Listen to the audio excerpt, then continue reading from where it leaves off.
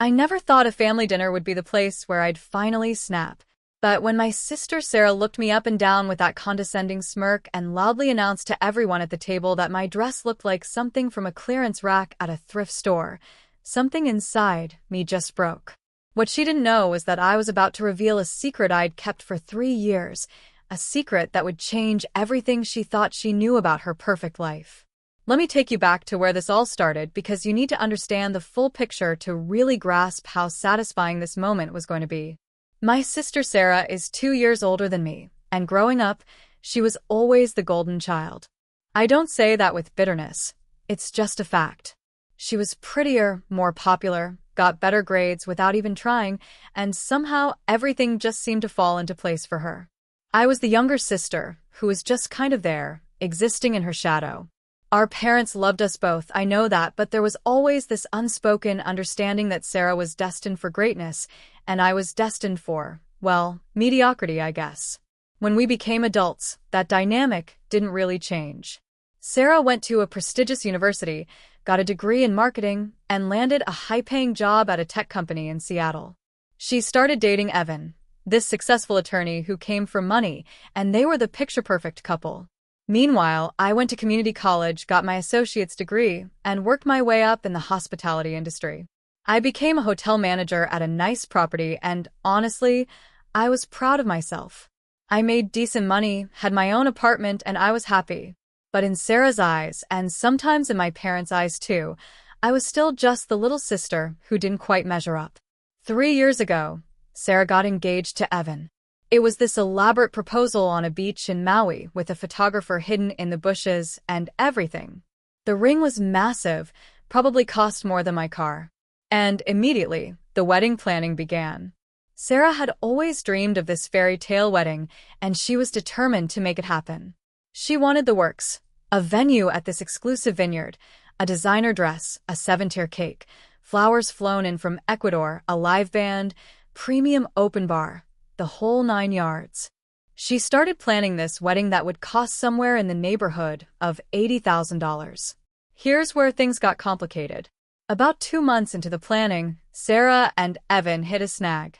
Evan's family had agreed to pay for half the wedding, which was incredibly generous, but Sarah and Evan were supposed to cover the other half. Sarah had some savings, but not nearly enough. She'd been living this lifestyle in Seattle, nice apartment, expensive brunches, designer clothes, trips to Napa, and she hadn't really been putting much away.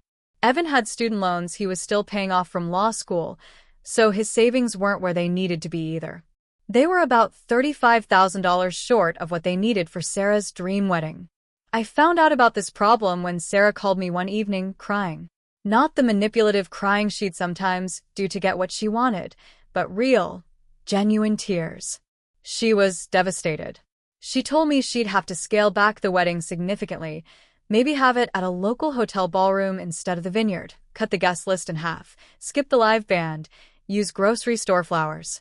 She kept saying her dream was dying, that this was supposed to be the most important day of her life, and it was all falling apart. And despite our complicated relationship, despite the years of living in her shadow, I felt for her. She's still my sister. I had been saving money for years. I'm not married, don't have kids, and I live pretty modestly. I'd been putting away money with the vague idea that maybe I'd buy a house someday, or travel, or just have security. I had about $40,000 saved up. I didn't tell anyone about it because my family had this habit of seeing me as the one who was struggling, and I didn't want them to know I was actually doing okay financially. I liked having that privacy, that secret success. But hearing Sarah cry like that, I made a decision. I told her I could help her. She immediately perked up and asked if I knew someone who could get her a discount on flowers or something. I took a deep breath and told her no. I meant I could help her financially. There was silence on the other end of the phone. Then she asked how much I could contribute, probably expecting me to say a couple $1,000s. I told her I could cover what she needed. All of it. The full $35,000. She didn't believe me at first. She actually laughed and said something like, "Yeah, right. Where would you get that kind of money?" That stung, but I pushed past it. I explained that I had savings, that I'd been putting money away, and that I wanted to do this for her. She started crying again, but this time with joy.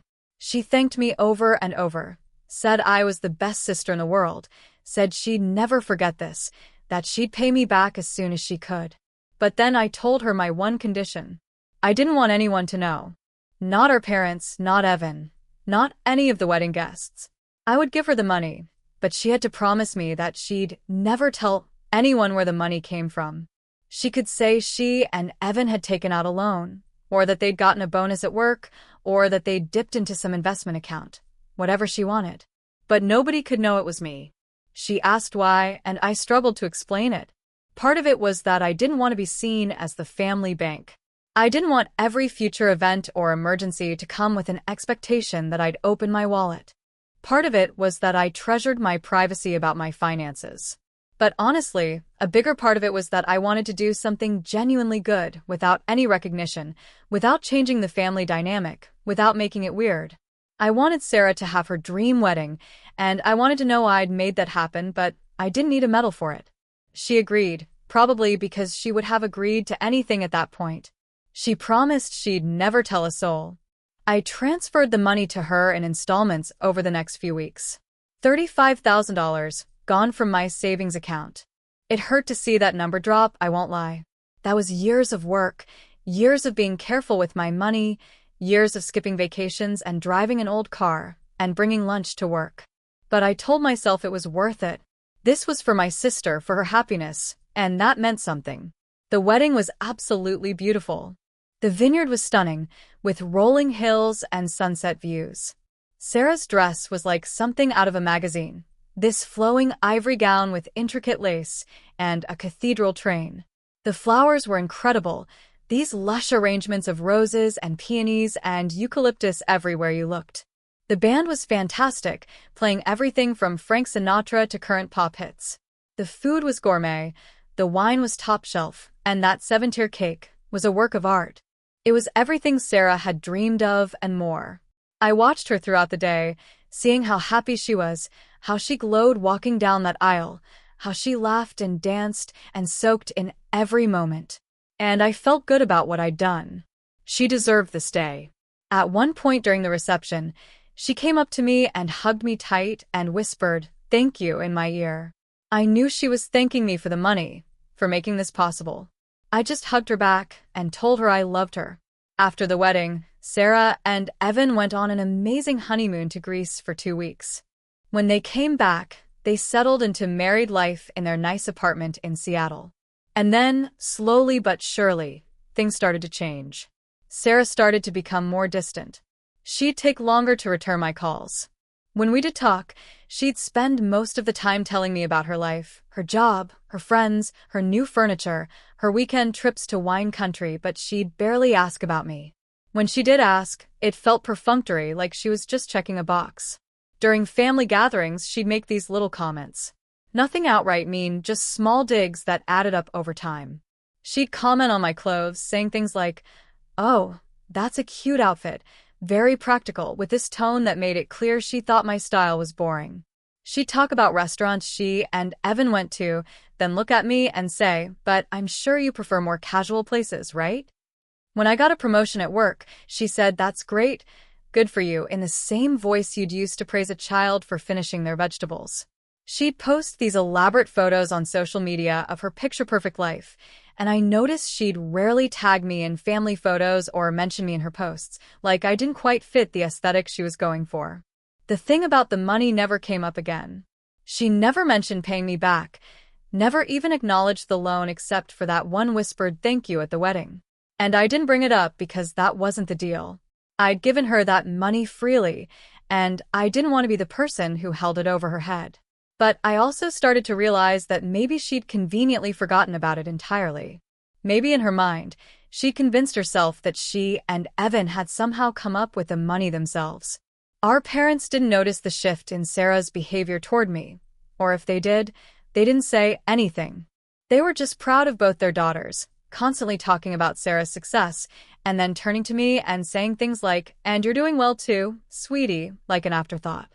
I tried not to let it bother me. I focused on my own life, my own career, my own friends. I dated here and there, nothing serious. I traveled a bit, took a trip to Mexico with friends, went to New York for a long weekend. I rebuilt my savings slowly, putting away what I could. I was okay. I was making it work. Then came my 32nd birthday about 6 months ago. Sarah called me the day before and said she and Evan wouldn't be able to make my birthday dinner because they had tickets to some charity gala in Seattle that night. She said she'd send a gift.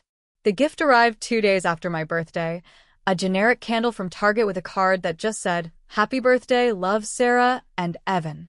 Meanwhile, for her birthday earlier that year, I'd driven 3 hours to Seattle to take her to brunch at her favorite restaurant and given her an expensive coffee table book she'd been wanting. The disparity was pretty clear. Things came to a head last month. My parents decided to host a family dinner at their house. Nothing fancy, just the 4 of us plus Evan, my mom's famous pot roast, catching up around the dining room table like we used to do when Sarah and I were kids. I'd been working a lot and hadn't really had time to go shopping, so I wore a dress I'd bought online from a budget-friendly brand. It was nothing special, just a simple navy blue dress, but it fit well and looked nice enough. I thought it was perfectly appropriate for a casual family dinner. I arrived at my parents' house right on time. Sarah and Evan were already there, and I should have known something was off from the moment I walked in. Sarah was dressed like she was going to a cocktail party at a country club, wearing this designer dress I recognized from her Instagram posts, her hair blown out perfectly, full makeup. She looked me up and down when I came in, and I saw something flicker in her eyes, but she just gave me a tight smile and a quick hug. We sat down to dinner, and everything seemed normal at first. My dad was asking Evan about a case he was working on. My mom was fussing over the food, making sure everyone had enough on their plates. We were talking about the usual stuff, work, weather, plans for the holidays. Then my mom mentioned that she'd seen photos from a work event I'd attended at my hotel, some fancy gala we'd hosted for a big corporate client. Sarah immediately perked up and asked to see the photos. I pulled them up on my phone, and there was one of me with some of the event organizers, all of us dressed up. I was wearing a different dress in that photo, a pretty burgundy one I'd actually spent decent money on because it was for work. My mom was gushing about how nice I looked, and my dad said something about how proud he was that I was representing the hotel at such important events. That's when Sarah struck. She was looking at her own phone, and she suddenly said, loud enough for everyone to hear, "Wait, is that the same dress you wore to Amanda's wedding last year?" Amanda was a mutual friend who'd gotten married about 14 months prior. I told Sarah yes, I'd worn that dress to Amanda's wedding. It was a nice dress, and I'd only worn it a few times, so of course I wore it again to the work event. That's what normal people do with their clothes.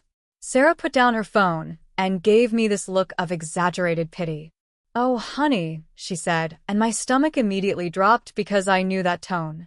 "You really need to update your wardrobe. I mean, I know you're on a budget, but wearing the same dress to multiple events is it's kind of embarrassing, you know?" She said it like she was doing me a favor, like she was offering helpful advice. My mom jumped in and said there was nothing wrong with wearing a dress more than once, that it was practical and good for the environment. But Sarah waved her off and said, "No, Mom, it's different. When you're at a certain professional level, people notice these things. People remember what you wear. It doesn't look good." She turned back to me and said, "I'm just trying to help. Maybe I could take you shopping sometime, help you pick out some nicer pieces. I know you probably can't afford designer, but there are some acceptable mid-range brands that could work." I felt my face getting hot. I could feel everyone's eyes on me. Evan was looking uncomfortable, pushing food around his plate. My dad had that expression he gets when he doesn't want to get involved in an argument between his daughters. And my mom was starting to say something else defensive on my behalf, but Sarah kept going. She looked at the dress I was currently wearing, the navy one, and said, "Like what you're wearing right now, that's clearly from somewhere cheap. I can tell by the fabric quality and the stitching. It's fine for just hanging around the house, I guess, but I wouldn't wear something like that out in public." She gave a little laugh and said to Evan, "Can you imagine if I showed up somewhere in a dress like that? Your colleagues would think you married someone who shops at discount stores." Something inside me snapped. It wasn't even about the dress, not really. It was 3 years of being treated like I was less than, 3 years of condescending comments and being made to feel small, 3 years of watching her live this luxurious life, while forgetting that I'm the reason she got to have her dream wedding in the first place. Every ignored phone call, every backhanded compliment, every time she made me feel like I wasn't good enough, it all came rushing to the surface. I put down my fork very carefully. My hands were shaking. I looked directly at Sarah and said, very calmly, "You want to talk about cheap things?" She looked taken aback by my tone but recovered quickly and said something like, "I'm not trying to be mean. I'm just being honest. Someone needs to tell you that you need to invest in yourself more." I nodded slowly and then said, "Okay, let me be honest then. Do you remember your wedding 3 years ago? The beautiful vineyard venue, the designer dress, the expensive flowers, the live band, all of it? Do you remember how you were going to have to scale everything back because you couldn't afford it?" The color started draining from Sarah's face. Evan looked confused, glancing between us. My parents had gone completely silent, both of them watching this unfold with growing concern. Sarah's voice got very quiet and she said, "Don't." Just that one word, "Don't." But I was done. I was done being made to feel lesser when I had given so much. I continued, "You were $35,000 short. You called me crying because your dream wedding was falling apart. And I gave you the money. All of it. $35,000 from my savings. I paid for your dream wedding, Sarah. I paid for that venue you're so proud of in all your photos. I paid for that dress you wore that cost more than my car. I paid for those flowers and that cake and that band. Me. Your sister with the cheap clothes and the budget lifestyle. I made your perfect day possible." The silence that followed was deafening. Sarah's face had gone from pale to bright red. Evan was staring at her with his mouth literally open. My mom had tears in her eyes. My dad looked like he'd been punched in the gut. Sarah was shaking her head, trying to form words, but nothing was coming out. I wasn't done, though. Once I started, everything came pouring out. "You promised me you'd never tell anyone where the money came from. That was the deal. And you've kept that promise. You've kept it so well that you seem to have convinced yourself it never happened. For 3 years, you've treated me like I'm beneath you, like I'm some poor relative you have to tolerate. You've made comments about my clothes, my job, my life, like you're so much better than me. You've barely acknowledged me in family photos. You forget my birthday. You cancel plans. You make me feel invisible. And all the while, you're living in the afterglow of a wedding that I paid for." Sarah finally found her voice. "You said you didn't want anyone to know. You made me promise." Her voice was defensive, angry even. I nodded and said, "You're right. I didn't want anyone to know. I wanted to do something good for you without recognition. But that was before you spent 3 years making me feel worthless. That was before tonight, when you decided to humiliate me in front of our family over a dress. So, yeah, I'm breaking my silence."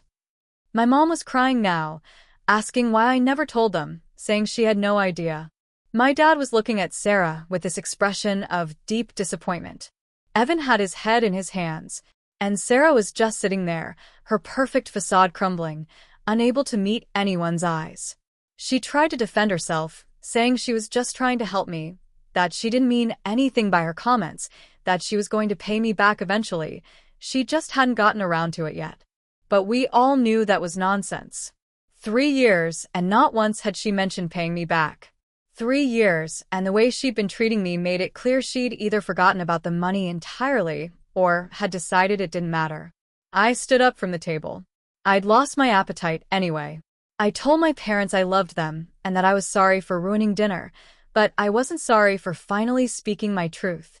I looked at Sarah one last time and said, "I gave you that money because you're my sister, and I loved you, and I wanted you to be happy. I never wanted anything in return except maybe for you to treat me with basic respect." Apparently, that was too much to ask. I left. I drove home with tears streaming down my face, my whole body shaking.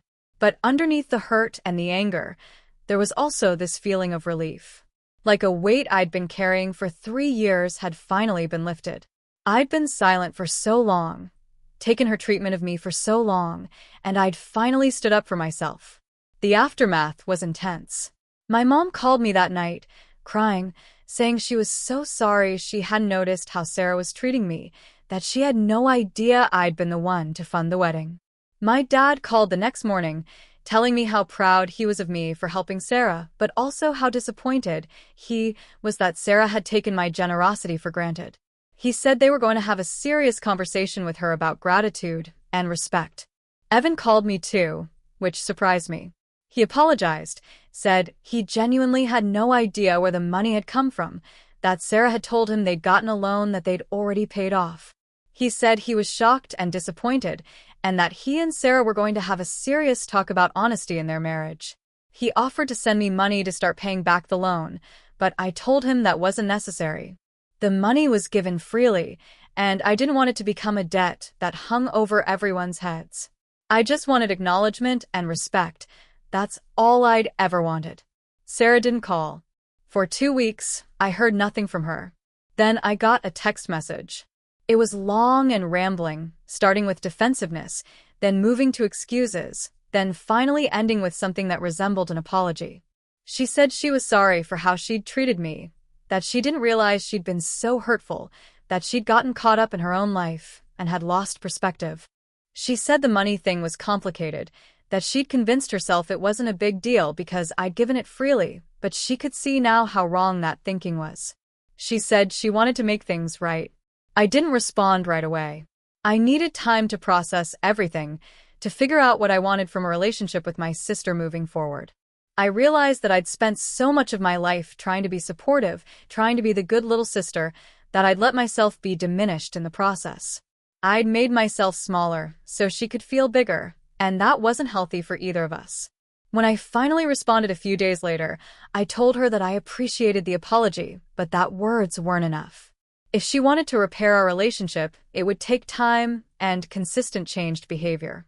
I told her I needed her to see me as an equal, to treat me with respect, to acknowledge that my life choices were valid even if they were different from hers. I told her that the money was never the real issue, it was the way she'd made me feel about myself. We've been slowly working on rebuilding things over the past few months. Sarah has been making more of an effort. She calls more regularly and actually asks about my life. She came to visit me for a weekend, just the two of us, something we hadn't done in years. She stopped making comments about my appearance or lifestyle. When my parents mentioned that I was thinking about buying a condo, she actually seemed excited for me and offered to help me look at places. No judgment, no condescension. It's not perfect. I don't know if our relationship will ever be what it was when we were kids, or maybe it will be better because it will be more honest. There's still hurt there, still work to be done. But at least now we're both aware of the dynamic that had developed, and we're both trying to do better. As for me, I'm doing okay. Better than okay, actually. That night at dinner, as painful as it was also liberating. I'd spent so long trying to be invisible, trying not to make waves, trying to be supportive without asking for anything in return. But there's a difference between being selfless and being a doormat, and I'd crossed that line without realizing it. Speaking up for myself, claiming my space, acknowledging my own worth, that changed something fundamental in me. I'm rebuilding my savings. I got another promotion at work. I'm dating someone now, a nice guy I met through friends, and when I told him the whole story about my sister and the wedding, he just hugged me and said I deserved better. My parents have been more attentive, more careful to make sure both their daughters feel valued. And Sarah is learning that love and generosity aren't things you can take for granted. The dinner dress incident, as I've come to call it, taught me something important. It taught me that you can be kind and generous without making yourself small. You can help people you love without sacrificing your own dignity. And sometimes, keeping the peace isn't worth the cost to your self-respect. Sometimes you have to speak up, even when it's uncomfortable, even when it disrupts the status quo, even when people won't like what you have to say. I don't regret giving Sarah the money for her wedding. Even now, even after everything, I don't regret it. I did it out of love, and that was real. What I regret is staying silent for so long after, letting her treat me poorly, not advocating for myself sooner. But I've learned from that. I'm not that person anymore, the one who accepts crumbs and calls it a meal, the one who shrinks herself to fit into someone else's narrative. So if you're reading this and you see yourself in my story, if you've been the person who gives and gives while being made to feel like it's never enough, I want you to know that your voice matters. Your feelings matter. Your dignity matters. Don't wait 3 years like I did.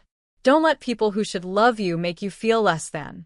Speak your truth, even when your voice shakes, even when it might change everything. Because you deserve better. We all deserve better. And to Sarah, if you ever read this, I want you to know that I meant what I said that night. I love you, you're my sister, and I wanted you to have your dream wedding. But I also need you to see me, really see me, not as your lesser little sister or your budget-conscious relative or someone whose life choices you can look down on. See me as someone who loves you enough to give you $35,000 with no strings attached. See me as someone worthy of respect. That's all I've ever wanted. Family is complicated. Love is complicated. And sometimes the people closest to us are the ones who hurt us the most, not because they're evil, but because they stop seeing us clearly. They forget to appreciate us, forget to value us, forget that our love and support isn't infinite and unconditional without any need for reciprocation. My story isn't over, and neither is my relationship with Sarah. We're both still learning, still growing, still figuring out how to be sisters in a way that honors both of us. But at least now we're doing it with honesty, and that's a start. If this story resonated with you, if you've ever felt invisible in your own family or taken for granted by people you've helped, I want to hear from you. Share this story with someone who needs to hear it. Hit that like button if you believe in standing up for yourself. Subscribe to this channel for more real stories about family, relationships, and finding your voice. And leave a comment below telling me about a time you had to speak your truth, even when it was hard. Let's build a community where we lift each other up and remind each other that we're worthy of respect and love. Because your story matters, just like mine does. And together, we're stronger than we are alone. Thank you for listening.